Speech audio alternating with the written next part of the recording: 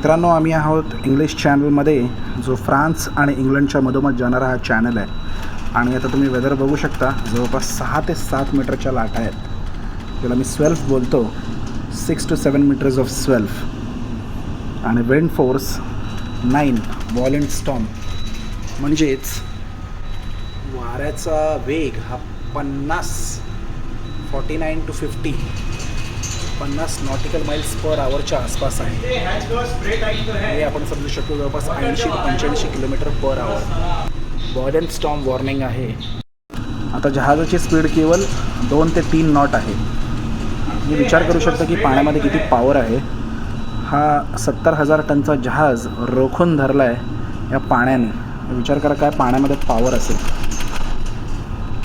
फुल स्पीडमध्ये आम्ही जाण्याचा प्रयत्न करतो आहे, जी नॉर्मली 12 ते 13 नॉट असते, पण आता मी करतो 2 ते 3 असं या पाण्याने रोखून धरलं आहे या जहाजाला.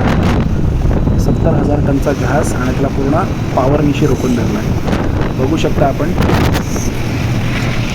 व्हिडिओमध्ये, कदाचित त्याला कव्हरअप होत